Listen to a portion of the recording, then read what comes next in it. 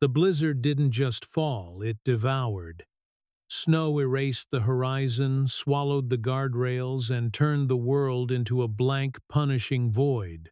The highway was a faint gray scar cutting through an ocean of white, and Tank rode straight into it, shoulders hunched, leather jacket stiffening with layers of ice. His breath fogged into the collar of his coat, each inhale sharp as broken glass. Frost bearded his mustache, gathering on the lines around his mouth, turning the 71-year-old veteran into a silhouette carved from winter itself. The Harley beneath him growled in protest, its engine laboring, coughing like an old chest, wheezing under the weight of memory. Something fragile stirred against his ribs. Tank angled his chin down. Beneath the thick leather inside the heat he had left, hope shifted a tiny, uneven quiver of life pressing into his sternum. Her breathing was shallow, fragile enough that the storm seemed capable of stealing it if he gave it even a second of slack. He cupped a gloved hand over her through the jacket. A check, a promise, a prayer. "Easy now," he muttered, voice stolen by the wind. "Don't quit on me." The cold didn't care. It punished every word, every breath, every heartbeat. Wind roared past the handlebars, slapping his exposed cheeks until they burned numb. Snowflakes came at him sideways, needling the skin around his goggles. Every gust felt like it wanted to rip him off the bike and bury him under the drifts piling at the road's edges. Tank's fingers were stiff around the throttle, more bone than blood. He couldn't feel his toes at all. He shifted his weight, knees locking just to steady the Harley as it nudged its way across ice he could barely see. And still he leaned forward, because her weight against his chest, the tiny rise and fall, was the only warmth left in the world. Ahead, through the storm's endless white screaming, a blur of faint red pulsed on the horizon. The hospital. Or at least the idea, of it. Light distorted through layers of frost on his goggles until it looked like a dying star flickering, teasing him with hope he wasn't sure he deserved. He blinked, lashes frozen together for a second before cracking open again. The Harley skipped sideways on a patch of black ice. Tank jerked the bars, boots, scraping asphalt. His knee slammed the tank of the bike, pain he welcomed because pain meant he wasn't frozen solid yet. "Stay up," he hissed. He wasn't sure if he meant himself or the motorcycle. Hope whimpered. A faint, broken sound. It cut through him sharper than the wind. Tank tapped her back lightly through the jacket, two knuckles pressing in rhythmic reassurance. He felt her breathing catch, then steady, thin but steady. "That's it," he whispered. "You hang on, kid. You hang on." Snow battered his goggles until he could see only shapes: a dark ridge of trees, a drift spilling across the right lane, the faint outline of a road sign he couldn't read. The blizzard made every detail dissolve. It stripped the world to instinct and direction. Forward, forward, just keep going. His chest tightened beneath all the layers, a hot spike of pain under cold skin. He gritted his teeth. He'd felt worse: jungles, bullets, nights where the darkness screamed louder than the wounded around him. But this pain came with a different weight. This time he wasn't fighting for his brothers. He wasn't fighting for himself. He was buying minutes for a newborn whose heart was failing inside his jacket. The Harley's vibration changed. Subtle, but he felt it immediately, an old rider's instinct. The engine's pitch dropped, a ragged undertone trembling through the metal. "No," he breathed. "Not now." The machine coughed, sputtered, and Tank felt it like a punch to the gut. He leaned forward, urging it on with every ounce of will he had left. His breath fogged the speedometer. The needle barely held steady. The storm shrieked around him, trying to tear the handlebars from his grip. "Come on, girl," he growled. "One more mile. One more." The engine answered with a lurch, then another cough that vibrated through Tank's arms. Hope stirred again, the jolt unsettling her. He pressed his palm more firmly over her tiny body, shielding her from the tremor. "Shh," he murmured. "You're all right. You're all right." He didn't know who he was comforting anymore. Ahead, the smudge of red light blurred again. Closer now, maybe a few miles, maybe less. Hard to tell in the whiteout. Hard to tell anything except the cold creeping inside him, stiffening his joints, dulling his thoughts. He blinked slowly, too slowly. The snow looked like static. The wind sounded like distant artillery. The past tugged at him, faces, voices, a daughter's laughter curling through memory like warm air. He clenched his jaw, forcing the hallucination away. Not now. Not with Hope's weak chest rising against his heartbeat. He exhaled hard, the breath breaking into shards of ice in the air. "Stay awake," he ordered himself. He couldn't tell if he heard the engine falter or if the world tilted on its own. Maybe both. His vision shimmered at the edges. He leaned forward again, burying Hope tighter against the heat of his body, trying to share what little life he had left. "Don't you give up," he whispered. "Not when we're this close." The Harley jerked once hard. Tank's heart lurched. The hospital lights wavered in the storm, flickering like a dying fire, as the bike coughed again louder, this time rattling through the frame like a final warning. And then a sputter. A deep, uneven shudder. Tank's stiff fingers tightened around the throttle. "Hold!" he rasped. "Hold!" The engine coughed again. The distant lights blurred into white as the Harley's heartbeat faltered beneath him. Hours earlier, before the storm swallowed the road, and before the Harley's engine began to die, the gas station had sat alone on the prairie, just a flickering neon sign fighting a sky heavy with snow. Tank's boots cracked through crusted drifts as he stepped off the bike. The cold clung to him like a second skin, stiffening the leather on his arms and tightening the ache in his bones. The Harley idled behind him, its exhaust curling weakly into the freezing air like breath from a tired animal. He pushed through the restroom door. A gust of warmth, barely more than a sigh, met him. The fluorescent lights buzzed above, casting a tired greenish hue over cracked tiles and a sink stained by hard water. The smell was a mix of disinfectant and old stale cigarettes. Tank didn't come inside to rest, didn't come to thaw out. He came to keep moving, just enough warmth for his hands, enough clarity for his eyes. He leaned over the sink, turning the faucet. A thin stream of lukewarm water trickled out. He cupped his hands beneath it, watching steam rise as his stiff knuckles reddened. Then he heard it. A sound so faint he almost mistook it for the wind squeezing under the door. A small, fractured whimper, thin and ragged like breath, leaking through cracked glass. Tank straightened. The room went quiet except for the hum of the light overhead. The sound came again. He turned toward the corner near the trash can.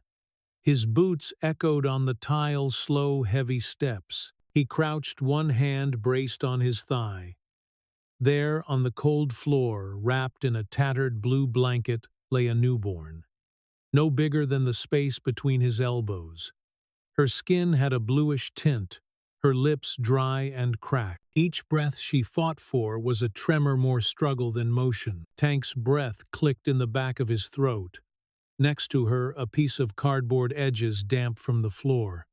He lifted it. Faded markers scrawled in uneven handwriting. Her name is Hope. Heart problem. Needs surgery within 72 hours. The restroom light buzzed overhead as his world narrowed to the tiny child and the trembling rise of her chest. He reached out, brushing a finger against her cheek. Her skin felt like cold porcelain. Too cold. Far too cold. He slid his hands beneath her, lifting her gently. She was so light it startled him, like picking up a memory instead of a person. Her tiny fist brushed against his jacket, weak and searching.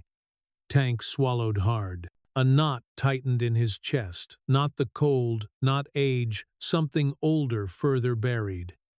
The leather creaked as he unzipped his jacket. He tucked her inside carefully, pulling her close to his heartbeat, wrapping her in his remaining warmth. The blanket's edges brushed the metal of his dog tags. A breath shuddered out of him, fogging the air. He didn't tell anyone this, but he had already buried one daughter with a broken heart. Tank closed his eyes for a moment. Laya's laughter flashed through him, 12 years old. Hair smelled of sunshine and shampoo, voice bright enough to lift him out of any darkness. Until one night it wasn't. Until the hospital said defect, and too late. He blinked hard, grounding himself in the weight against his chest, the rise and fall of hope trying to breathe. "You're not dying on this floor," he murmured, voice quieter than the buzzing lights. "Not today." He tightened his jacket, sealing her against the cold. His phone flashed. No signal. The storm outside had already claimed half the county's power. He knew an ambulance wouldn't make it here in time. Maybe not at all. He looked down at the baby. Her breaths were getting weaker. "Okay," he whispered. "All right." The choice wasn't a choice at all. Tank pushed to his feet, joints cracking. He braced hope with one hand as he shoved the restroom door open with the other. The storm slammed into him, instantly ripping warmth from his face, driving snow into his eyes. The Harley's headlight glowed dimly through the whiteout, waiting like a loyal, aging companion. Tank hunched his shoulders, shielding the tiny bundle inside his coat. He forced his way toward the bike boots, sinking into powder that swallowed them to the ankles.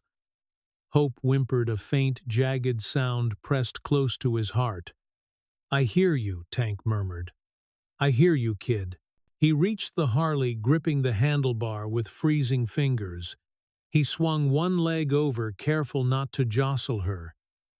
The engine's vibration traveled through the frame, a low reassurance. Tank zipped his jacket tight around, hope making sure no wind could cut through. He looked at the road ahead, dark, buried under snow, stretching into a storm that felt endless. The baby's weak breath touched his chest. The world offered him nothing except the faint outline of danger and the shrinking window of those ** 72 hours, ** scratched onto cheap cardboard. Tank set his jaw. "This is going to hurt," he muttered. "But we're going." He gripped the handlebars, knuckles white beneath the frost. The Harley roared as he powered it upright. The sound echoed against the gas station walls, swallowed quickly by the wind. He leaned forward, shielding hope with his body, and pushed into the storm. Snow shredded past his goggles.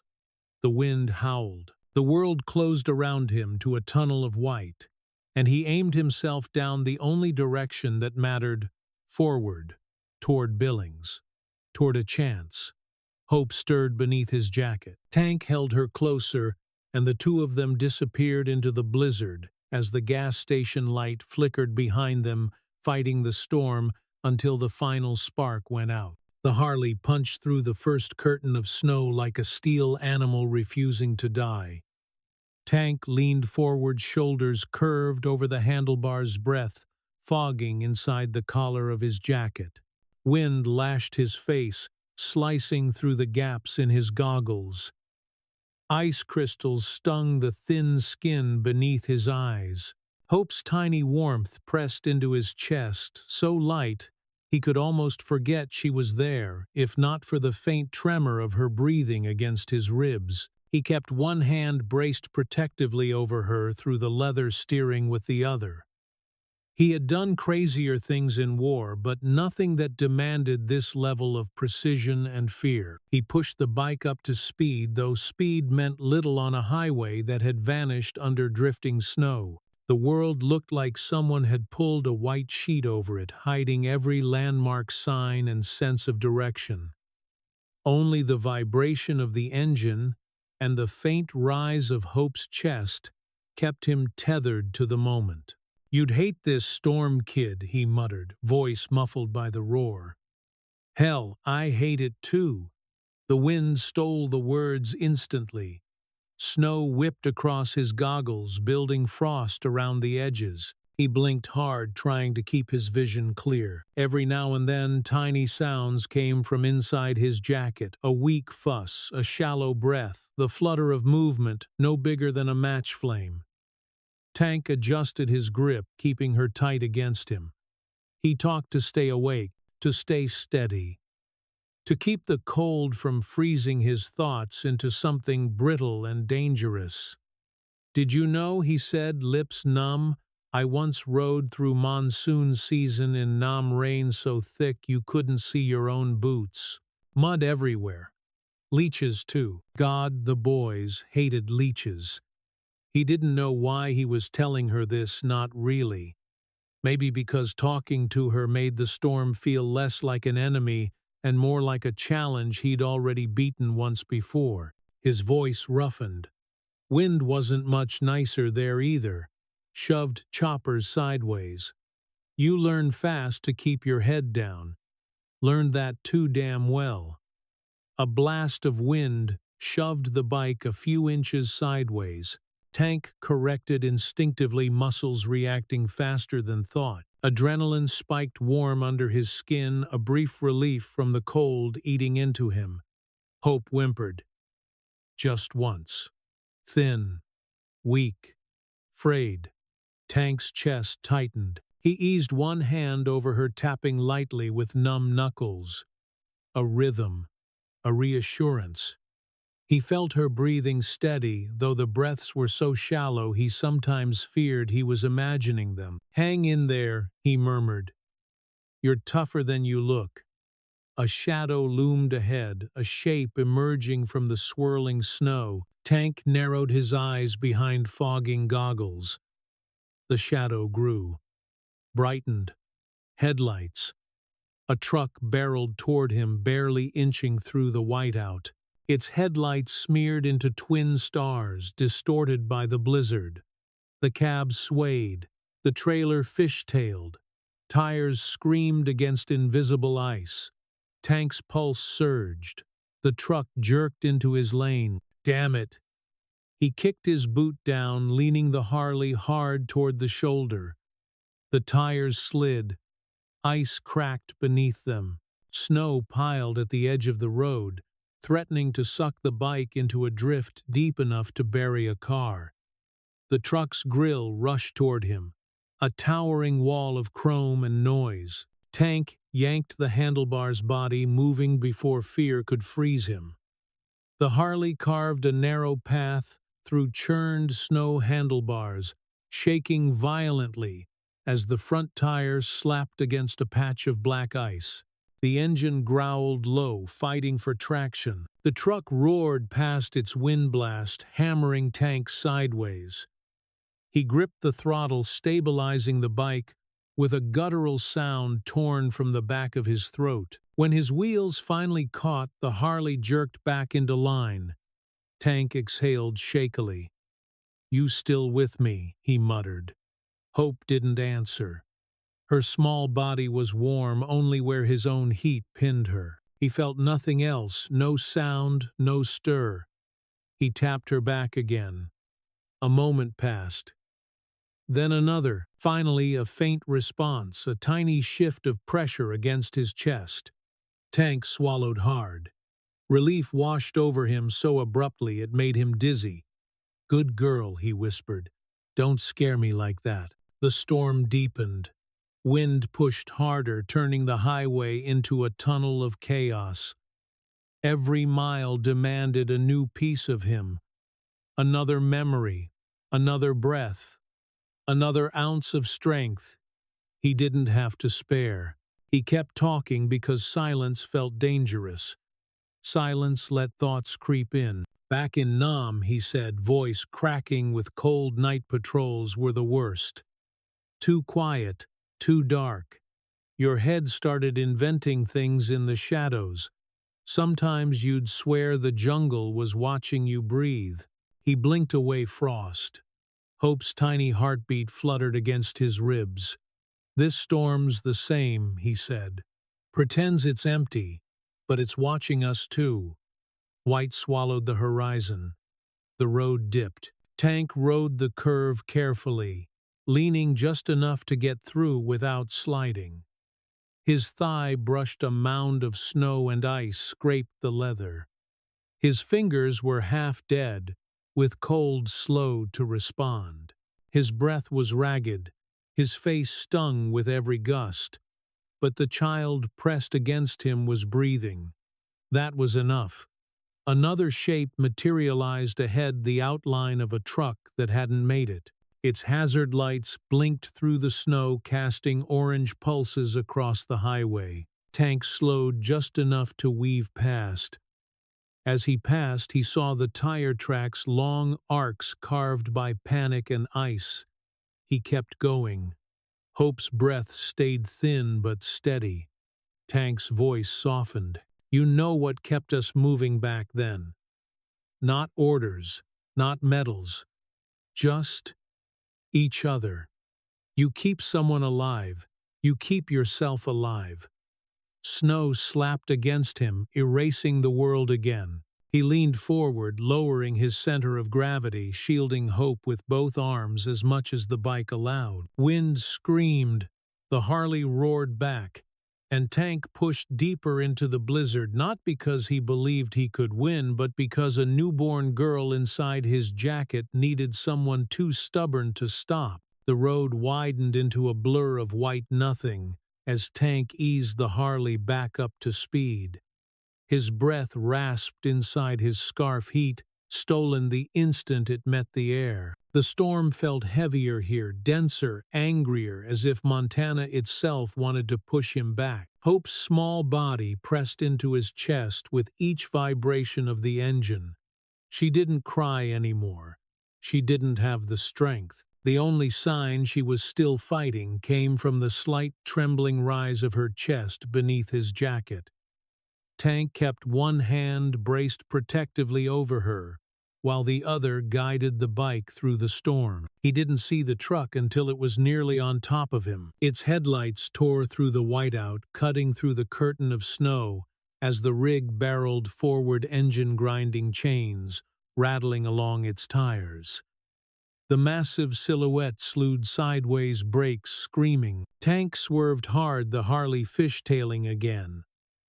Snow exploded beneath the wheels. He leaned boot, digging into the packed ice muscles, reacting faster than thought. The truck thundered past him, then fishtailed violently off the road, slamming sideways into a ridge of snow piled higher than its tires. For a heartbeat, everything froze, engine idling, storm howling, before a figure in a brown jacket stumbled down from the cab. The trucker shielded his eyes from the wind and stared at Tank as if he were seeing a ghost or a hallucination conjured by the cold. "Man, what the hell are you doing out here?" the trucker yelled. His voice cracked and dissolved into the storm. Tank steadied the Harley with one trembling leg breath, puffing out in thick, ragged clouds. "Need the highway clear," Tank grunted, adjusting the jacket around Hope with careful hands. "Got someplace to be." The trucker took a few steps closer, snow crunching beneath heavy boots. "Buddy, this is suicide," he shouted. "Roads iced, visibility zero. You're gonna freeze before you hit the next mile marker." Tank didn't answer. He didn't have the energy to argue with a stranger who couldn't understand the stakes. The trucker tried again, voice softer, cracking with something like disbelief. "Look, man. Nobody should be riding a bike in this storm. Nobody. At least let me—" His words died. He saw the blanket. a tattered edge of blue peeking from Tank's half-zipped jacket. The trucker stepped closer, eyes wide, snow gathering in his beard. Tank angled his body, instinctively protecting the small bundle inside. "Is that?" the trucker whispered. "Is that a baby?" Tank just nodded. The man staggered a step like the wind had shoved him. "Jesus. What kind of world leaves a baby out here?" "Doesn't matter who," Tank said. His voice was gritty, worn thin. "Matters what happens next." He unzipped his jacket just enough for the man to see the pale skin of Hope's cheek and the frozen fringe of the blanket around her tiny face. The trucker's breath hitched. "Holy hell," he murmured. "She's freezing." Tank secured the zipper again, careful not to let the cold bite her. "Heart problem," he said. "Needs a hospital." The trucker looked at him as if he were staring at something impossible. "You're riding through this storm." For her, Tank didn't respond. The answer was carved all over his face. The trucker swallowed. "Buddy," he said, voice thick with emotion, "you're a madman." And then softer, almost reverent, "But you're also her only chance." He turned back to the cab of his truck boots, scraping awkwardly as he climbed. A moment later, he reappeared carrying a gallon jug of coffee, the plastic warm enough to melt the frost on his gloves. "Take it," he said. "You'll need it more than me." Tank reached out, fingers stiff as bone. The warmth stung his palms through the gloves. The trucker held his gaze a moment longer, storm swirling between them. "You sure you don't want me to take her?" the trucker asked, voice small under the storm's roar. "I got heat. I got space. No," Tank cut in. "She stays with me." There was no room for negotiation in his tone, none for fear either. The trucker nodded slowly. "Godspeed, man," he said. "I'll try to radio someone. See if I can get the highway patrol to look out for you." Tank tucked the jug into his saddlebag and nodded once. Words took too much energy now. The trucker stepped back, raising a hand in a helpless, admiring salute. Snow whipped around him, swirling against his jacket. "Take care of her," he called. Tank lowered his head, shielding Hope with his frame as he thumbed the starter. The Harley growled a rough, stubborn sound, cutting through the wind. Tank eased the clutch, feeling Hope's small form rise and fall against him. He leaned forward, letting the storm hit him full force. His boots dug in. The bike rolled forward. The trucker stood in the snow, watching that single headlight push into the white wall and vanish. A whisper escaped him, half prayer, half disbelief. "Madman." The wind swallowed the word as Tank disappeared into the blizzard, carrying a newborn close to his heart and riding like the world depended on it.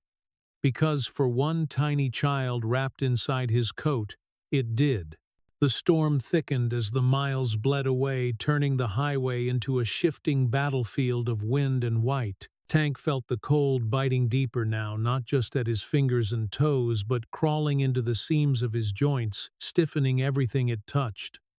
His breaths came harsher, each inhale a blade scraping the inside of his chest. Hope's tiny form lay pinned against his heartbeat, barely moving, except for the faintest tremor of breath. He checked her the same way. Soldiers checked their pulse under fire, quick, firm taps with two fingers searching for that fragile rhythm. It always came, but slower each time. He pushed the Harley harder. Snow clung to his beard, freezing it into a brittle mask. His eyebrows had turned white. He didn't bother wiping the frost from his goggles anymore. Every time he lifted a hand, the wind punished him for it. Better to see half blind than not at all. The world narrowed to three things: the sound of the engine, the pressure of Hope's breath, and the memories rising like ghosts in the storm. They came quietly at first, small flickers of light and sound threading through the blizzard's roar. A child's laugh, a warm kitchen, a girl with bright eyes asking him to read the same story again. Laya. Tank clenched his jaw and blinked hard. He didn't need her ghost out here. Didn't need the memories clawing through years of silence. But the storm made the mind wander, pulling him back into moments he'd locked away so tightly he thought they'd frozen for good. Hope whimpered weakly. Tank laid a hand over her, pressing her close to the heat under his layers. "I know," he murmured. "I know it's cold. I'm trying. Just hang on." The Harley sputtered suddenly, a choked rattle shaking the handlebars. Tank's stomach knotted. "Not now," he gritted out. He eased off the throttle, coaxing the bike forward with a rider's instinct honed over decades. The engine coughed again, vibrating through his frozen bone. For a moment, he thought the whole machine would give out, leave them stranded on a stretch of road. No plow would reach until spring. But after a painful sputter, the engine caught growling low and rough. Tank exhaled, breath trembling. "Stay with me," he told the bike, as if talking to a wounded comrade. The wind howled louder, mocking him. He pushed on. Minutes or hours' time had become a stranger past before the memories crept in deeper, slipping through the cracks fatigue left behind. He saw Laya in a hospital bed, small hands clutching a stuffed bear. Saw the doctor walking in with shoulders lowered in that way he recognized instantly before a word was spoken. Saw himself standing too still while nurses moved around him like ghosts. The storm blurred, turning into the white walls of the ICU. Tank blinked rapidly. The highway snapped back into focus. "Not now," he whispered. "Not tonight." But the mind is a stubborn machine. Pain brings back what cold memory tries to bury. He felt again the weight of the folded flag they handed him. Heard the wind at her graveside. Heard himself swear through clenched teeth that if life ever gave him the chance to save someone again, a child especially, he wouldn't fail. Hope gave a faint shudder beneath his coat. Tank's throat tightened. His gloved hand pressed lightly against her back fingers, tapping that steady, reassuring rhythm. "You hear that?" he said softly. "That's my girl too. Laya. She'd have told me not to quit on you." The road turned slick under the Harley's tires. Tank's fingers tightened on the grips. He leaned the bike carefully into the wind body, trembling from exhaustion. Everything hurt now, knees stiff back, burning arms numb enough to feel like they belonged to someone else riding beside him. He fought to keep his eyes open. The storm above was a swirling blur, but every so often a strange clarity broke through the haze, like the world pausing long enough to show him flashes of something warmer. Laya running in the yard, hair whipping in the Sunday, Hope's heartbeat fluttering weak against his chest. The faint smell of baby shampoo drifting from memory to imagination. He clung to those fragments like rope. "Not leaving anyone behind," he murmured. "Not again." Wind shoved the Harley sideways. Tank corrected, but slowly, too slowly. His reflexes were slipping, dulled by cold, gnawing at his bones. He forced himself upright, shaking his head to clear the fog gathering at the edges of his vision. "Stay awake," he ordered himself. "Stay awake, old man." Hope whimpered again, a thin, broken sound. Tank lifted his hand to tap her back, searching for her breath. It came after a long pause, weaker than before. "Still fighting," he whispered. "Good, you keep that up." He took a long drink from the jug of coffee strapped at his side. It was lukewarm now, but it jolted his system enough to make his vision sharpen. Snow spiraled in tight circles in the beam of his headlight, creating an endless tunnel of falling white.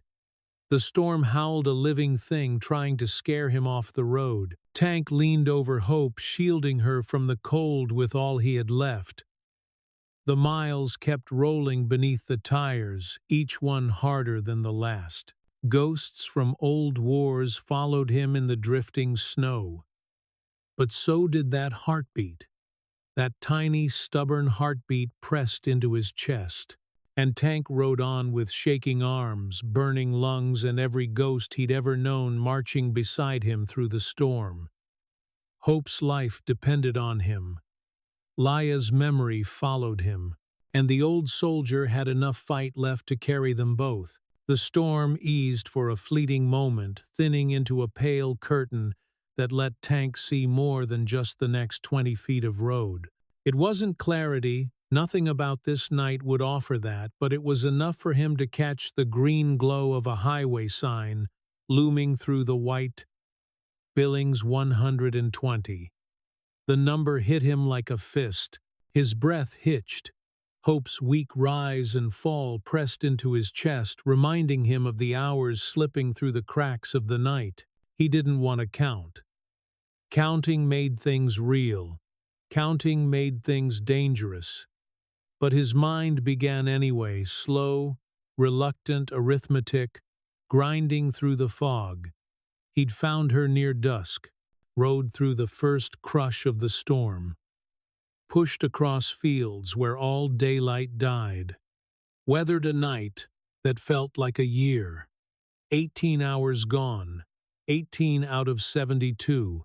Tank swallowed hard throat raw with cold. "You've got time," he muttered to Hope, though he wasn't sure if he meant it for her or for himself. The road was a thin, invisible serpent beneath the Harley's tires. Each vibration felt sharper, echoing through his frozen bones. His hands were wooden on the handlebars, fingers numb and stiff. He flexed them slow, painful movements before resettling his grip. Hope shifted faintly, a fragile prothèse. Tank pressed her closer, shielding her from the wind that clawed at everything he couldn't cover. "Easy," he breathed. "Easy, little one." Time pressed on him like weight. Every mile felt like a negotiation with the storm, an agreement that the blizzard could take anything it wanted from him, so long as it spared the heartbeat against his chest. The wind kicked up again, dragging snow sideways in jagged sheets. Visibility shrank to a narrow tunnel. Tank lowered his head, leaning into it. He was running out of warmth, running out of strength, running out of everything but stubbornness. The engine's rumble faltered for a moment, dropping into a low, painful groan. Tank gritted his teeth and steadied the throttle. "Don't you do this," he growled softly. "Not now. Not when she's still breathing." The bike vibrated like it was shivering, then caught itself with a sputtering whine. Snow drenched his goggles again. Frost crusted the straps. His eyelashes felt heavy. The cold had crept so deep into his body that he wasn't sure where pain ended and numbness began. He glanced at the sky, though it was nothing but a blur of white. Dawn should have been coming, but winter dawn arrived like a wounded animal, slow, limping, and unsure of itself. Tank's vision blurred at the edges. He blinked hard, but the world smeared anyway. "Stay sharp," he muttered. "Come on, Tank. Don't drift." The sound of the wind mingled with something else, a faint thump-thump echoing in his skull. His heart beat. Slow, heavy, too heavy. He inhaled, but the breath snagged in his chest. Cold air stabbed like needles. Hope whimpered, her voice barely more than a soft scrape beneath his jacket. That sound cut through the haze like a flare in a blackout. Tank straightened. His focus snapped back into place. "You're still here," he whispered almost fiercely. "I'm still here. We keep moving." A jitter of tremors ran through his hands. Not from fear, from cold, pure, bone-deep cold that made his joints feel ancient. He pushed on. The storm began tightening again like a fist closing around him. Snow swirled faster. Wind howled louder. The Harley's headlight carved a fading path through it all, an orange-yellow glow swallowed by white as soon as it appeared. Tank braced Hope with one hand and used the other to wipe his goggles with the back of his glove. The frost scraped off in a thin layer, revealing a slightly clearer view of the endless road ahead. His thoughts moved sluggishly, threads of memory slipping loose, tangling, reshaping. Faces, voices, moments from years he didn't revisit often. The day he first learned to ride a Harley, heat shimmering off asphalt, the world opening in front of him like a promise. The last time he carried Laya on his shoulders, the moment a doctor told him there was nothing left to do. He shoved those memories aside, not because they hurt, but because they were beginning to blur with the present. He couldn't afford that. Not here. Not with the storm trying to take his attention. Hope stirred weakly. Tank tapped her back, two small knocks, steady and soft. She answered with a faint gasp. "Still fighting," he told her. "Good girl." His voice nearly vanished under the wind. The road curved. Ice gleamed in patches the storm hadn't buried. Tank steered the Harley through it, body leaning with muscle memory older than most of the people he'd ever ridden with. Everything inside him screamed to stop just for a second, just to rest, just to breathe without feeling like his ribs were breaking. But stopping meant death. Not for him, for her. He forced himself upright, shoulders squared, breath ragged but determined. "You've got a window," he murmured to the storm. "I've got 18 hours behind me, and 54 left to burn." He didn't know if the storm listened, but hope did. The faint rise of her chest continued, weak, shallow, but present. Tank leaned over the handlebars again, letting the wind hit him full in the face. He had miles to go, hours to beat, a life to carry. And so he rode through snow, through wind, through the ghosts clawing at the edge of his vision, counting down the hours not with fear, but with a promise burning beneath the frost. By the time the sky began showing the faintest bruise of dawn, Tank felt as if the night had carved entire years out of him. The storm hadn't stopped, just shifted into a quieter kind of cruelty, the kind that numbs instead of slashes. The Harley crawled onto a stretch of road that felt slightly less hostile. And then, through the veil of swirling snow, a gas station emerged. A lonely outpost at the edge of a frozen field, its neon sign flickering like a dying pulse. Tank guided the bike toward it, the engine sputtering in a low, uneven rattle. His boots nearly slipped on the ice as he put a foot down, catching himself with a grunt. He could barely feel his hands, but he felt Hope, her faint, trembling weight against his chest. "Almost there," he murmured, though the words were more frost than sound. He eased off the Harley, moving stiffly, as if the storm had poured concrete into his joints. The cold bit fiercely at the exposed skin around his goggles. He brushed snow from his shoulders and pushed the glass door open. A bell chimed overhead. Inside, the gas station was small, cluttered, and warmer by only a miserable degree, but even that felt like a miracle. Fluorescent lights buzzed overhead. The shelves held stale snacks, tools coated in dust, travel mugs printed with faded logos. The place smelled faintly of burnt coffee and diesel. Behind the counter stood a young woman in an oversized hoodie. She had been scrolling on her phone, bored and half asleep, until she saw him. Her eyes widened, then froze, then widened again. Tank must have looked like a ghost, frost-bitten beard, ice-crusted jacket breath fogging with every exhale. But it wasn't his face that stunned her. It was the movement under his coat. Tank unzipped just enough to check Hope's face. Her skin was pale blue. Her eyelashes glistened with frost. The clerk inhaled sharply. "Oh my God, is that a baby?" Tank lifted his gaze. His voice was raw, scraped thin by cold and hours of windburn. "Her name's Hope," he rasped. "Heart condition. She needs a hospital in Billings. Fast." The clerk's hands flew to her mouth. "Billings, in this storm you're riding a motorcycle." Tank didn't answer. He didn't need to. The truth stood right there beside him, steaming faintly from the cold. He placed a few bills, crumpled damp from his pocket, onto the counter. His fingers shook violently. "Gas." And he swallowed hard. "I need you to call ahead.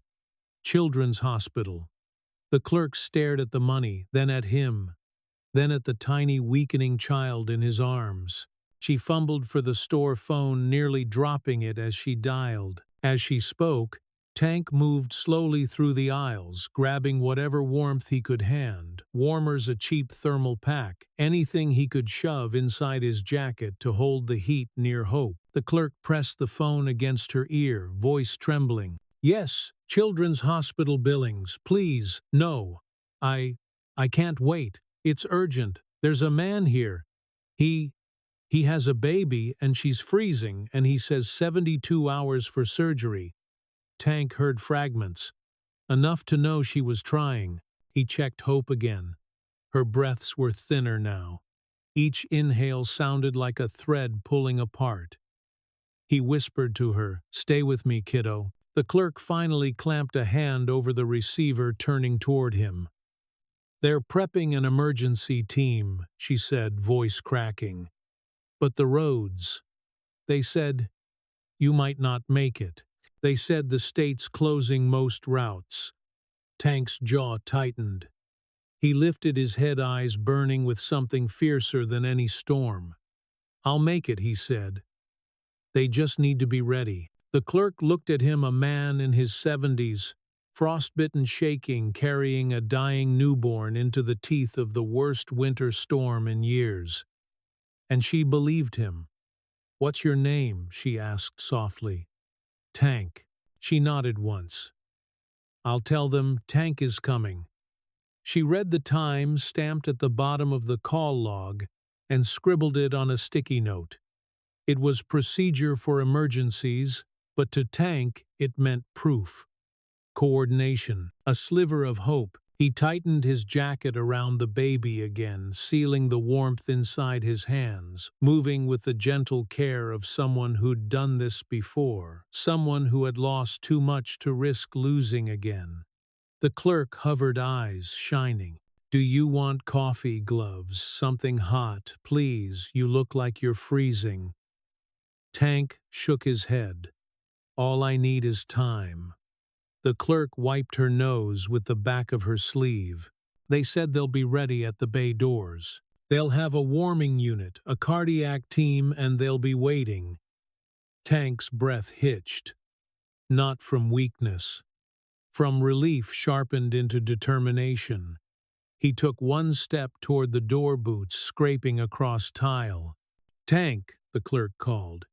He paused. "You're doing something impossible," she whispered. "So, just don't stop. Please."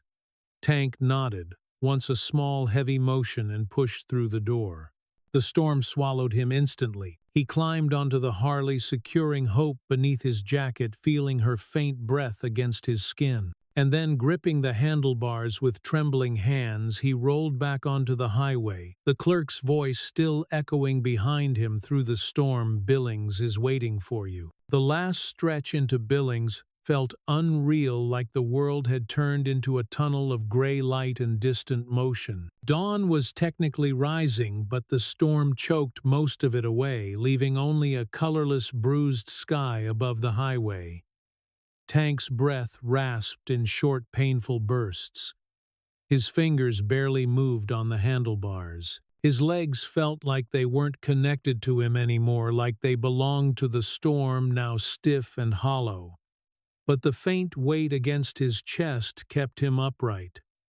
Hope's breathing flickered thin as thread. Tank hunched further over her, shielding her from the wind as the Harley crawled through the final miles. Every vibration in the engine rattled his bones. Each gust threatened to pry his frozen hands loose. He could see the edge of his own vision darkening, closing in like frost on glass. Then the world ahead brightened. Not sunlight. Lights, clustered, steady, unmoving. Billings. He blinked hard and the shape grew clearer. A squat gray building its entrance glowing with emergency floodlights that cut through the swirling snow like beacons. A plow lumbered past in the distance, pushing mounds of white off the hospital access road. Tank guided the Harley toward the emergency bay, the wheels slipping on ice as he braked. The bike fishtailed, wobbling violently, but he fought it back under control boots, scraping the slick pavement. He rolled to a stop just outside the sliding glass doors. Warm air spilled out every time they opened, vanishing into the winter like breath disappearing in cold air. 3 nurses were already waiting, scrubs under reflective jackets, faces pale and tight with urgency. One held a warming blanket, another a portable oxygen kit. Behind them, a doctor in a fleece-lined coat stood, ready eyes scanning the storm for the rider the clerk had warned them about. That rider now trembled before them, frozen into a human monument of ice and stubborn will. Tank tried to speak, but his teeth chattered too violently. He forced his shaking hands to the zipper of his jacket. It caught on frozen fabric. He tugged again, fingers barely responding. A nurse stepped forward. "Let me." Tank shook his head, forcing control back into his hands. With a sharp tug, he unlatched the zipper and peeled open the jacket just enough. The cold hit the baby instantly. A collective gasp rose from the hospital staff. Hope's face was almost blue. Her breaths were shallow, uneven. Frost crusted the edges of her blanket. Tank's voice was a gravel whisper. "Heart problem? Note: 72 hours." The doctor lunged forward, scooping Hope out of Tank's jacket and into the warm blanket. "Got her. Let's move." "Now," he barked. The team exploded into motion. Tank reached out instinctively, fingers trembling in the air as Hope disappeared into a flurry of hands and medical gear. His knees buckled, catching himself on the Harley's handlebars. The doctor jogged backward through the sliding doors while issuing rapid instructions. "Clear bed 2 warmers on max PD cardiac team on standby. Call them now." Hope's tiny form vanished behind the automatic doors. Tank exhaled slowly. It felt like something inside him cracked with the breath, something deep, something old. A nurse grabbed his arm. "Sir, you need to come inside too. Your face is frostbitten and your hand—" Tank didn't answer. He just watched the doors. His legs suddenly gave out. He dropped to one knee, then the other, clutching at the slick ground as the Harley tipped slightly beside him. Snow rushed into the space around him, cold wind pouring over his body like water. Voices blurred. "Sir, get a gurney now," his temps dropping. Pulse is faint, Tank's head sagged. The edges of his vision darkened. The storm's howl faded into a low hum. He felt warm hands on his shoulders, lifting, steadying. He felt nothing in his fingers, nothing in his legs, nothing except the memory of a heartbeat pressed into his chest. His lips parted, breath slipping out in a ragged whisper. "Save her." The nurse holding him leaned close. "We will. I promise." Her words came from far away, carried on waves of heat he no longer felt. Tank's gaze drifted upward. The sky above the hospital was a blur of white and gray, swirling together like the storm wanted to swallow everything. He blinked slowly. The shapes blurred. A faint warmth spread across the side of his face as someone wrapped him in a blanket. He didn't feel the warmth. He only felt the weight he no longer carried. He heard a distant laugh, soft, familiar, impossible. Laya. Then the storm roared again, swallowing the sound whole. Tank's head dipped heavy as stone.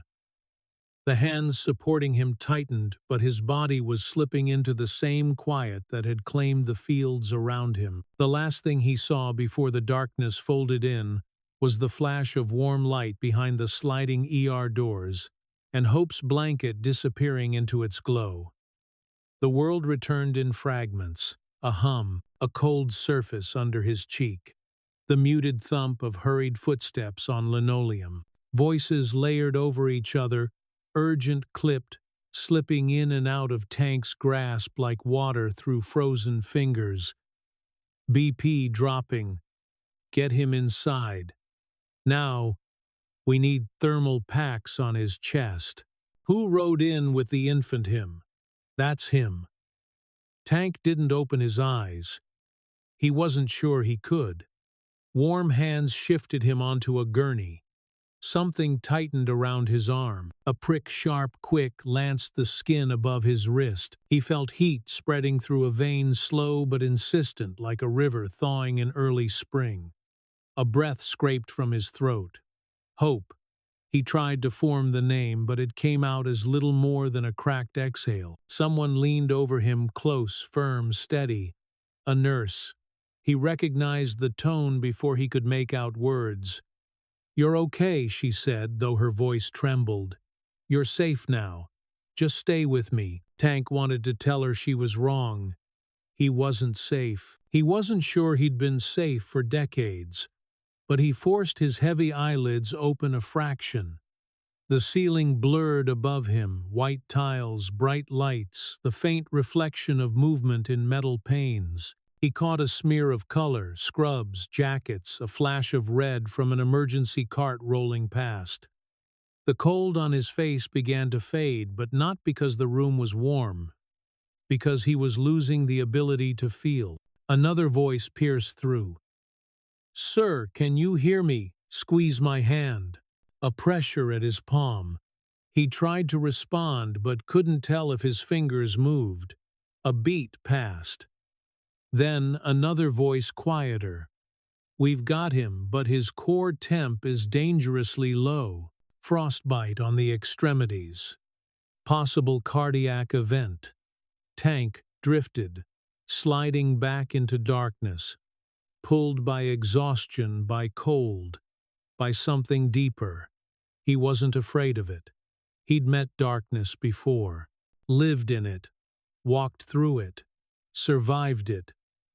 Tonight, though, it felt different, softer, inviting. But then through the haze he heard it. A cry, small, weak, but alive. Hope. The sound pulled him from the dark like a rope toward daylight. He tried again to lift his eyes. Shapes drifted above him, two doctors speaking over a chart, a nurse pressing a warm pack beneath his arms, another tucking heated blankets around him.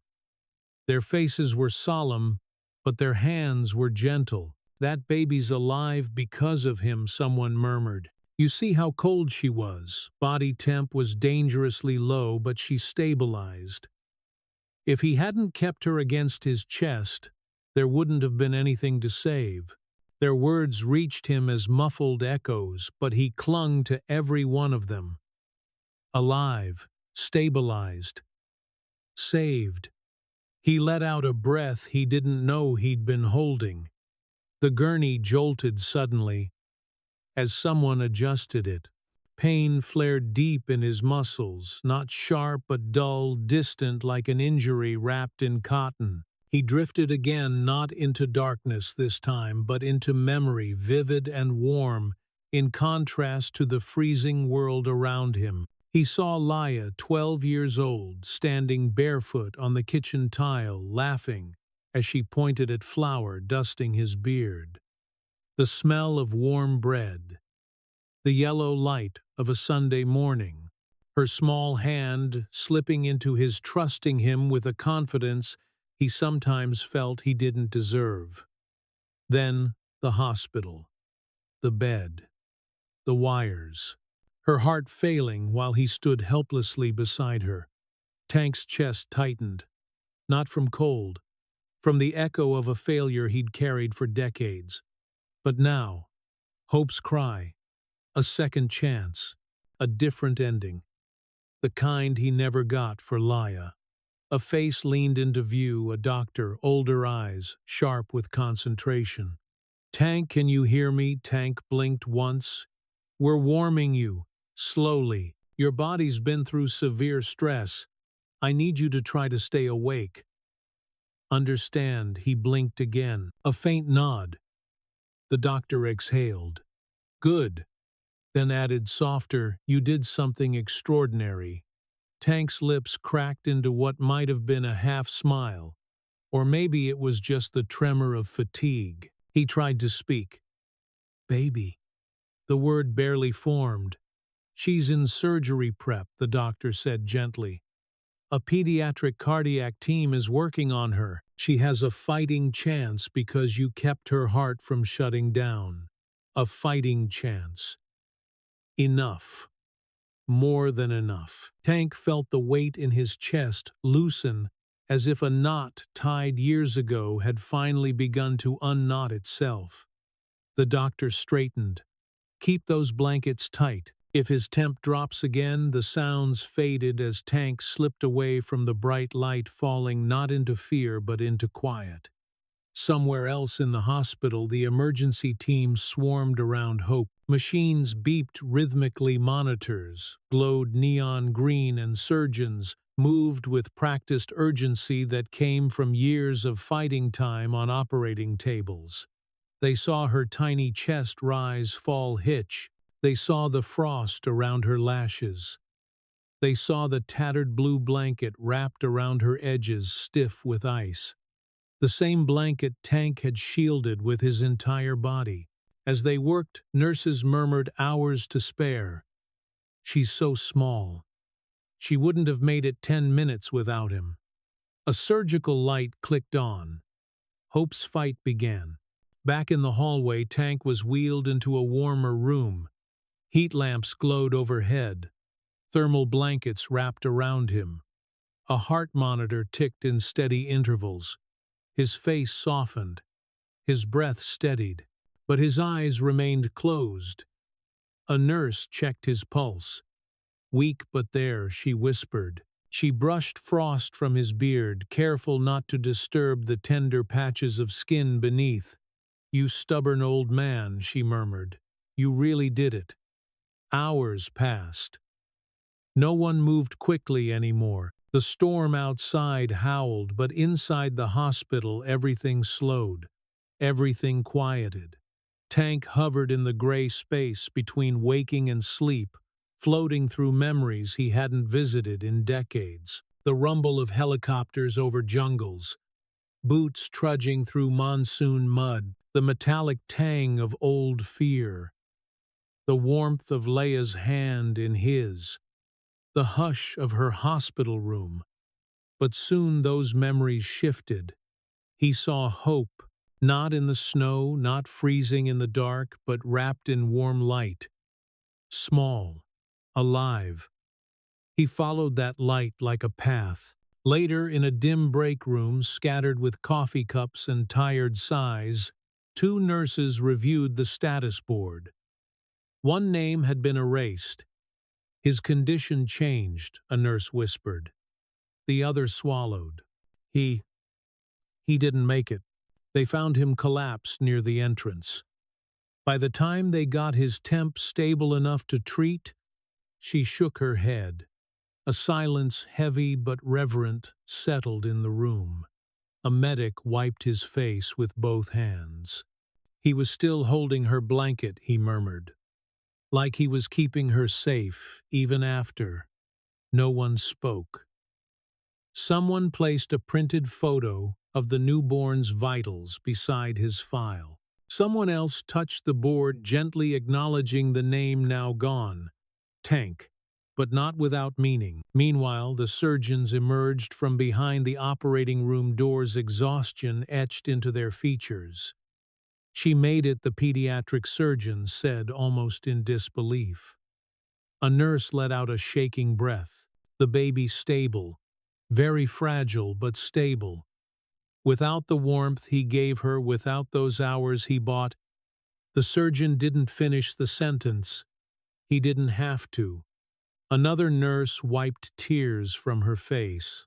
Does he know? The doctor looked toward the hallway where Tank's gurney had been. No, he said softly. He didn't get the chance. But the silence that followed wasn't empty. It was thick with understanding, with gratitude, with the echo of a promise fulfilled. In the far wing of the hospital, a single lamp glowed beside Hope's recovery bed. Her chest rose and fell beneath soft blankets. Her heart monitor beeped, slow, steady, stubborn, just like the man who brought her here. She slept there, unaware of what had been given for her life, unaware of the miles, the storm, the frostbitten hands that never stopped holding her. The last breath he spent hoping she would take another. Tank didn't get a medal for his final ride, but across the hospital, in the whispers of nurses, the bowed heads of medics, the steady vigil of doctors watching the storm beat against the windows, a truth settled in like dawn. He protected her right up to the end. Snow kept falling long after the storm had spent its fury, soft, now drifting gently over Billings like the sky was finally exhaling. The hospital's parking lot lay buried under fresh powder tire tracks, already disappearing beneath the quiet white. Morning light filtered through the clouds, in pale streaks, turning each flake into a flicker of silver. Inside the building hummed with the slow rhythm of recovery machines beeping in warm rooms, nurses exchanging tired smiles, hall lights dimming to a softer glow. Hope slept beneath a heated canopy, her chest rising in shallow but steady breaths. Tubes and sensors wrapped around her like a fragile shield, a tangle of life-saving lines, glowing green on the monitor beside her bed. Her tiny hand twitched as she dreamed. She didn't know the world had nearly lost her. She didn't know someone had carried her through a blizzard on the edge of death. And she didn't know he was gone. The ICU nurse stepped into the room, wiping her eyes discreetly with the cuff of her sleeve. She adjusted Hope's blanket, one freshly stitched with her name in soft thread, and tucked a tiny Harley patch in the corner, a gift from a biker who'd driven all night to drop it off. The nurse whispered, "You're not alone, little one." Outside the ICU window, engines rumbled, low, deep, dozens of them. The sound vibrated through the glass. The nurse looked up, and then the procession arrived. The tribute ride. Harley's old, new-polished, battered, rolled in row after row. Bikers from across Montana and the Dakotas. Veterans in patched vests. Truckers whose radios had carried the story through the night. Strangers who'd never met Tank but felt like they had. Their engines idled with a reverence normally reserved for funerals or church bells. The hospital staff stepped outside, bundling themselves in coats and scarves. The cold air bit at their skin, but none of them moved. A man stepped forward from the group of riders, broad-shouldered, gray-bearded, his vest lined with old military patches. He held a helmet in both hands, its surface cracked, the visor frosted. Tank's helmet. He lifted it to chest level, letting the snow fall over it before speaking. "Brothers, sisters, we ride today for a man who rode farther than any of us," he said, voice rough with emotion. "He did what none of us can ever forget. He carried a child through hell's own storm, and he didn't let go until she was safe." Snow drifted softly across his boots. A younger rider wiped his eyes, muttering, "Old man had more steel in him than half the battalion." Another answered, "More heart, too."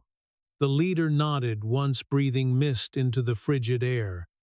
engines up. A wave of thunder rolled over the hospital grounds as every motorcycle roared to life, a chorus of steel and fire breaking through the quiet morning. Patients pressed to the windows. Nurses stood frozen in the doorway. The storm seemed to pause, listening. The leader raised Tank's helmet high. "For Tank," he shouted. The chorus answered, "For Tank." The engines thundered louder, a salute echoing across the frozen streets. Then the procession began to move, slow ceremonial wheels carving perfect tracks into the snow-covered road. The rumble felt like a heartbeat passing through the city, a tribute written in exhaust and devotion. The nurse, watching from the ICU window, whispered, "That sound is for you, little one, for the man who saved your life." Hope slept on, unaware that an army had come to claim her as family. The memorial. By dusk, the hospital entrance had changed. A bronze plaque had been mounted beside the sliding doors, fresh, gleaming, reverent. Snow had already begun to gather on its edges, but the engraved lines stood bold. "This door is for Tank and Hope, a veteran's final ride, a life saved, a legacy that never freezes." Visitors paused to touch the metal as they passed. Some whispered prayers. Some left dog tags. Some saluted. A child placed a toy motorcycle on the snow below it, saying softly, "For the baby's grandpa." The staff didn't correct her. In many ways, it felt true. News spreads. Local reporters arrived first, carrying cameras and microphones. Then state outlets. Then national ones. The story was too powerful to stay contained. Veteran rides. A biker braving an impossible blizzard. A newborn named Hope. A life saved at the cost of another. Social feeds overflowed with the headline, "Veteran's Final Ride Saves Infant in Record-Breaking Blizzard." Donations poured in.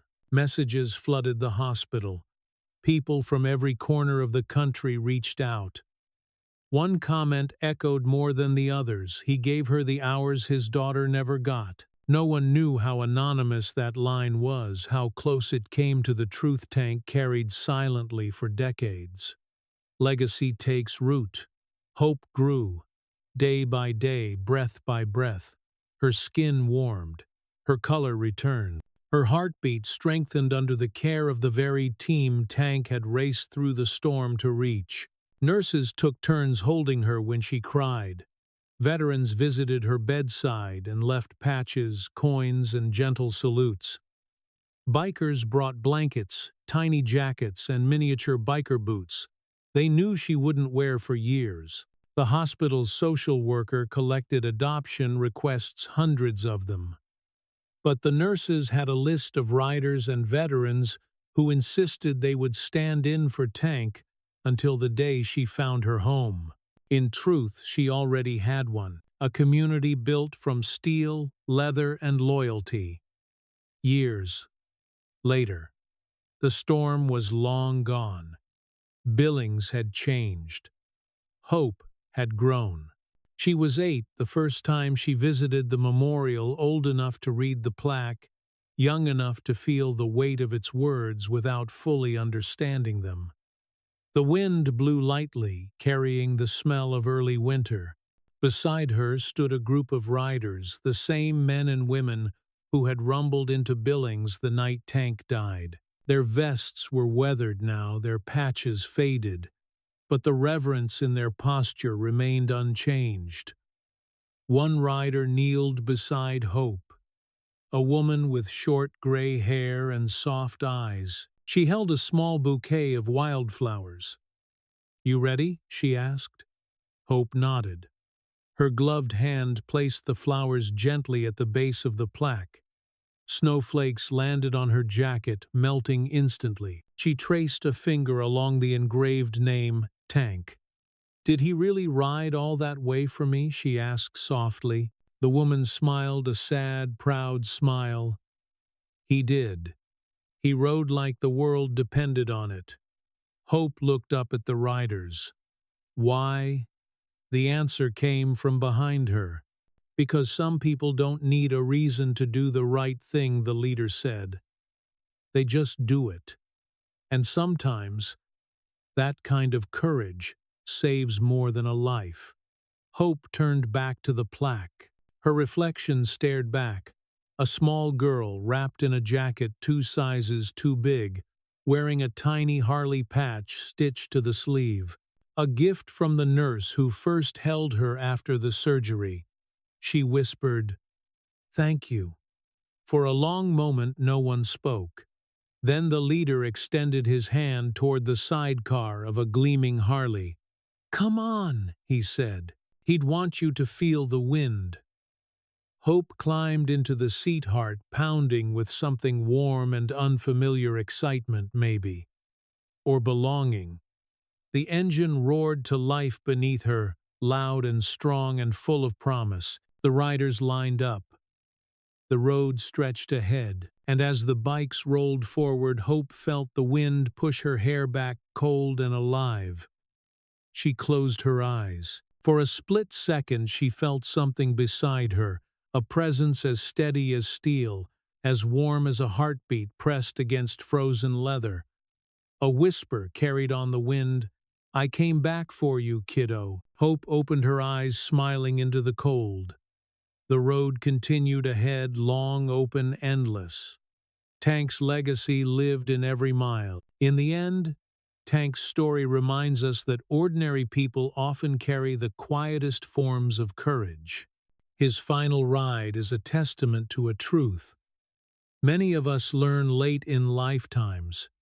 Character isn't measured by comfort, but by what we choose to protect when the world turns cold. Asterisk.